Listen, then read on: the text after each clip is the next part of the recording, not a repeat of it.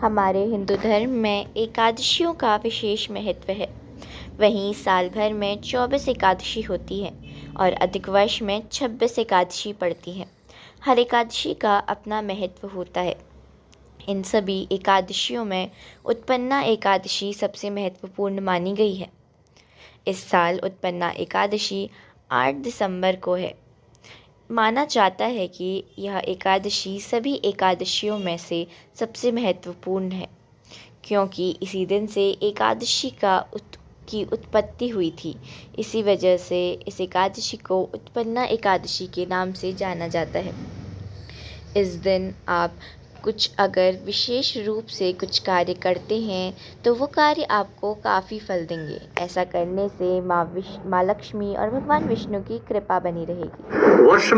वर्ष में 24 एकादशियां होती हैं और अधिक वर्ष में 2 एकादशियां बढ़ जाती हैं।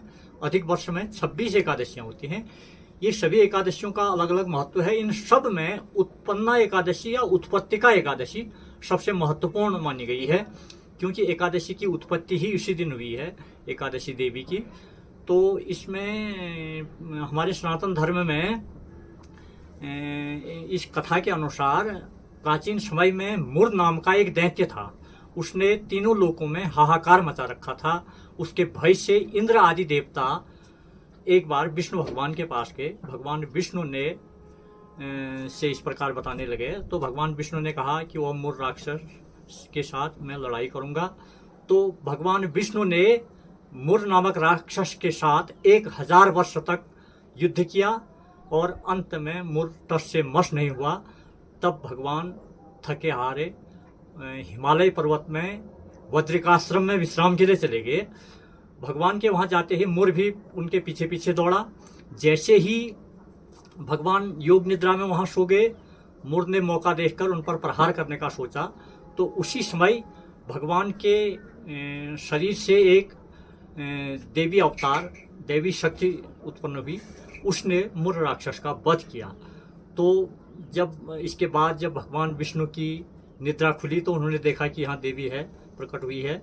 तो उन्होंने कहा कि हे देवी, तुम आज एकादशी के दिन उत्पन्न हुई हो, इसलिए तुम उत्पन्ना एकादशी के नाम से जानी जाओगी, और जो आपके प्रिय भक्त होंगे वही मेरे प्रिय भक्त होंगे। और इसमें जो है, इस दिन जो लोग भक्त एकादशी का व्रत प्रारंभ करते हैं, इसी एकादशी से प्रारंभ किया जाता है।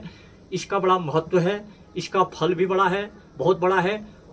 100 अश्वमेध यज्ञ के फल के बराबर, अर्थात एक अश्वमेध यज्ञ का 100 गुना फल इस व्रत से होता है।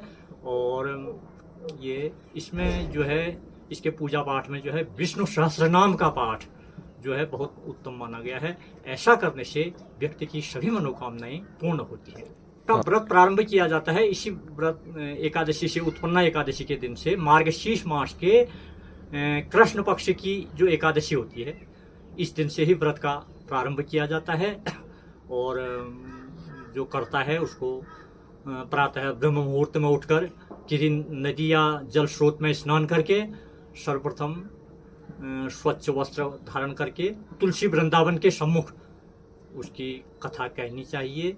और वहाँ पर भगवान विष्णु का षोडशोपचार, भगवान विष्णु और माता लक्ष्मी का और माता एकादशी का षोडशोपचार पूजन करना चाहिए। उत्तराखंड ऋषिकेश से ईशा बिरोरिया, लोकल 18 के लिए।